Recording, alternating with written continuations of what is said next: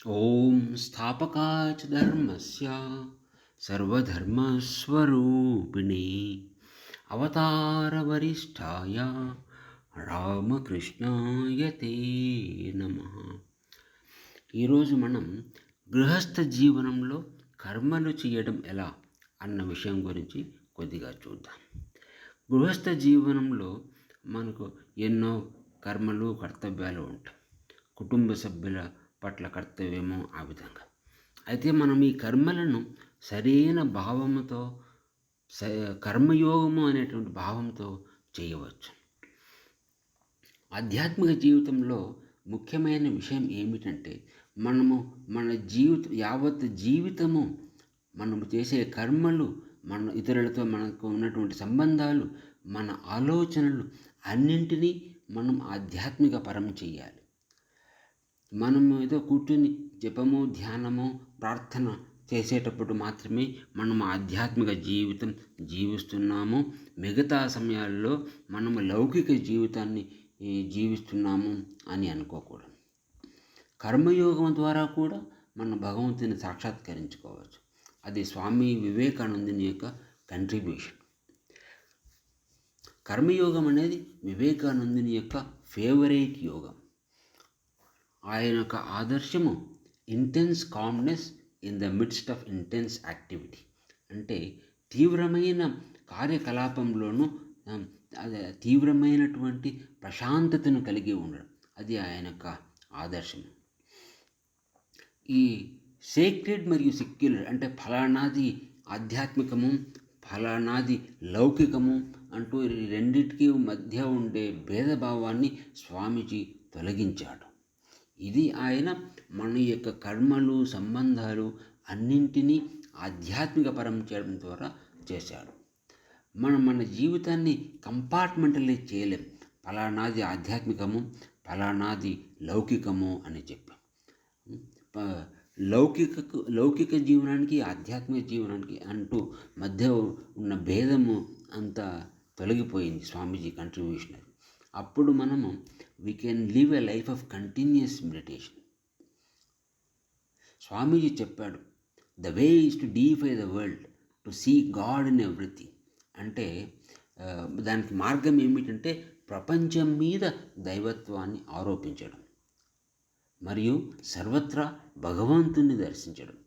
స్వామీజీ చెప్పాడు, do not seek God, rather see God. అంటే నువ్వు భగవంతుని కోసం అక్కడ ఇక్కడ వెతకవద్దు, ఆయన సర్వత్రా ఉన్నాడు, సర్వత్రా ఆయన దర్శించు అని. కర్మ తనంతట తానే బంధనానికి గురి చేస్తుంది. అయితే అదే కర్మను భగవంతుని కొరకు కనుక చేస్తే ఆ కర్మే మనకు ముక్తికి మార్గాన్ని చూపిస్తుంది. భగవద్గీతలో ఒక శ్లోకం వస్తుంది, యజ్ఞార్థాత్ కర్మణోన్యత్ర లోకోయం కర్మబంధన తదర్థం కర్మ కౌంతేయ ముక్త సంగ సమాచారం.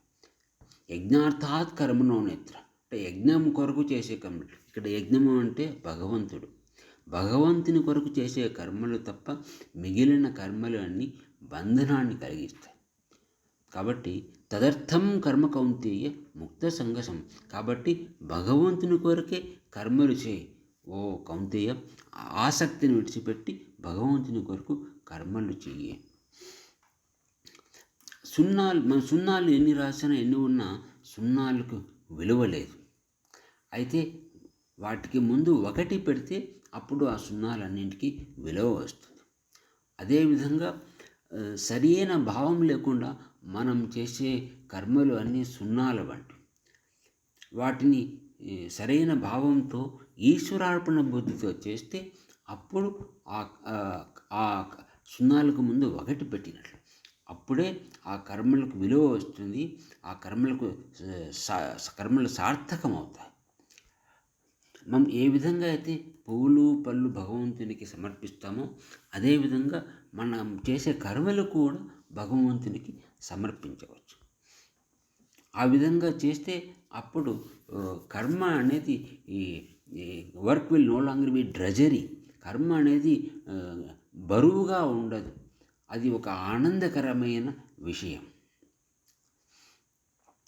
స్వామి బ్రహ్మానంది చెప్పినాడు, సర్వదా భగవంతుని స్మరిస్తూ ఉండు. పని మొదలు పెట్టడానికి ముందు భగవంతుని స్మరించు. పని చేస్తున్నప్పుడు కూడా భగవంతుని స్మరించు. మరియు పని ముగించిన తర్వాత కూడా భగవంతుని స్మరించు అని చెప్పి. ఈ విధంగా మనము మన యొక్క కర్మలు అన్నింటినీ ఈ భగవంతునికి ఆరాధన, పూజ అన్న విధంగా కన్వర్ట్ చేస్తే అప్పుడు మన యొక్క దైనందిక జీవితం అంతా ఆధ్యాత్మికతతో నిండిపోతుంది. ఇక్కడ 2 విషయాలు ఉన్నాయి. ఒకటి మనము చేసే కర్మ, ఇంకొకటి ఆ కర్మ పట్ల మనకు ఉన్నటువంటి భావం, మనకు ఉన్నటువంటి యాటిట్యూడ్. కర్మలు ఒక్కొక్కరికి ఒక్కో రకమైన కర్మ ఉంటుంది. అయితే ఆ భావాన్ని, ఆ ఆధ్యాత్మిక భావాన్ని మనం అన్ని సమయాల్లోనూ, అన్ని చోట్లను, అన్ని సంబంధాలలోనూ కలిగి ఉండవచ్చు. గృహస్థ జీవంలో కర్మలు చేసేటప్పుడు ఆధ్యాత్మికత పాటించడం అంటే ఇదే. ఆధ్యాత్మిక జీవితం యొక్క సారాంశం ఏమంటే అది చేసే కర్మలలో లేదు, ఆ కర్మల పట్ల మనకు ఉన్నటువంటి భావములో ఉంటుంది. అది ఏ కర్మైనా కావచ్చు కాక. ఉదాహరణకు ఎవరైనా ఒకరు మందిరాన్ని కడుతూ ఉన్నాడు. మందిరం కట్టడం అంటే అది మంచి దైవపరమైన కార్యమే. అయితే అతడి ఉద్దేశం ఏమంటే ఆ మందిరం కడితే దాని కారణంగా డొనేషన్లు వస్తాయి, దానితో డబ్బు సంపాదించవచ్చు అన్న ఉద్దేశం. అప్పుడు అతడు మందిరం కట్టడము అనేటువంటి దైవపరమైన కార్యం చేస్తున్నప్పటికీ అతడికి ఉద్దేశం అలా ఉండడం వల్ల ఆ కర్మ కూడా లౌకిక కర్మగానే మారిపోతుంది. అదేవిధంగా పురోహితుడు మన ఇంటికి వచ్చి పూజ చేస్తారు. అయితే యాక్చువల్లీ పూజ చేయడమనే కాదు, మంచి దైవపరమైన కార్యం. అయితే ఆ పురోహితుడికి మాత్రం అది ఒక వృత్తి, డబ్బు కోసమే అతడు చేస్తున్నాడు. కాబట్టి అతడు పూజ చేస్తున్నప్పటికీ అది లౌకికమైన కార్యమే అని చెప్పవచ్చు. సపోజ్ ఇంకో వేరే వ్యక్తి వ్యాపారం చేస్తూ ఉండవచ్చు. అయితే అతను కనుక సరైన భావం కలిగి ఉంటే ఆ వ్యాపారం అనేటువంటి పని కూడా ఆధ్యాత్మికంగా మారుతుంది. మనం కొంతమంది భక్తుల జీవితాలు కనుక చూస్తే, కబీర్ దాస్ నేతి పని చేసేవాడు. అయితే ఆయన గొప్ప భక్తుడు. ఆ నేతి పని ద్వారానే గొప్ప భక్తుడుగా అయ్యాడు. అదేవిధంగా మహారాజు జనకుడు రాజ్యాన్ని ఏలేవాడు. అయితే ఆయన పర్ఫెక్ట్ నాన్ అటాచ్మెంట్, అనాసక్త భావంతో రాజ్యాన్ని ఏలేవాడు. మహాత్మా గాంధీ చెప్పాడు, నా యొక్క రాజకీయ కార్యకలాపాలు అన్నీ భగవత్ సాక్షాత్కారం కొరకే అని. ఆ రోజుల్లో రాజకీయ జీవితం అంటే ఆంగ్లేయులకు ఎదురుగా పోరాడము, స్వాతంత్రం కోసం పోరాడము, మధ్యలో జైలుకు వెళ్ళడం, ఇలాంటివన్నీ ఉండేవి. అయితే గాంధీజీ ఇటువంటి కార్యకలాపాలలో నిమగ్నమై ఉన్నప్పటికీ ఆయన వాటినన్నీ సరైన భావంతో చేసేవాడు. అందువల్లనే ఆ రాజకీయ కార్యకలాపము అనేటువంటి యాక్షన్ కూడా ఆయనకు ఆధ్యాత్మిక సాధనగా మారింది. దైనందిన జీవితంలో ఆధ్యాత్మికత అంటే ఇదే. దీనిని మనం మన జీవితాలలోనికి తీసుకురావాలి. మనం ఏదో కొత్తగా ఆధ్యాత్మిక జీవితం అంటే మనం ఏదో కొత్తగా వేరే ఏదో చెయ్యాలి అని ఏం లేదు. మనం ఏమైతే చేస్తున్నామో దాని పట్ల మనం మన యొక్క భావాన్ని మార్చుకోవాలి, అంతే. సపోజ్ ఒక వైరు ఉంది, కరెంట్ వైరు ఉంది, దానిలో కరెంట్ ఇప్పుడు పోవటం లేదు. అప్పుడు అది సాధారణమైన వైరు, దాన్ని మనం తాకవచ్చు. అయితే ఆ వైరులో కనుక కరెంటు పోతూ ఉంటే అప్పుడు మనం దానిని తాకలేము, దానిని తాకితే షాక్ వస్తుంది. సో సాధారణంగా ఉండే వైరు ఇప్పుడు ఎలక్ట్రిఫైడ్ వైర్ అయింది. అదేవిధంగా మనం ఏదైనా కర్మ చేస్తాం, ఆ సరైన భావం లేకుండా కర్మ చేస్తే అది సాధారణమైన కర్మ, లౌకిక కర్మ. అయితే అదే కర్మను మనం సరైన భావంతో భగవంతునికి ఆరాధనగా, భగవంతునికి పూజగా చేస్తే అదే కర్మ ఆధ్యాత్మిక కర్మ అవుతుంది. సపోజ్ ఒక రెస్టారెంట్లో ఒక వంట మనిషి పనిచేస్తున్నాడు. ఆ వంట మనిషి కనుక తను చేస్తున్న తిండిని కస్టమర్స్ వచ్చి భోజనం చేస్తారు. ఆ కస్టమర్లు వాళ్ళలో భగవత్ స్వరూపమే ఆ విధంగా వచ్చి భోజనం చేస్తారు అన్న భావం కనుక కలిగి ఉంటే ఆ వంట మనిషికి అతడు ఆ వంట పని అది ఆధ్యాత్మిక కర్మగా మారుతుంది. అది కేవలం వృత్తి కాదు, ఆధ్యాత్మిక కర్మగా మారుతుంది.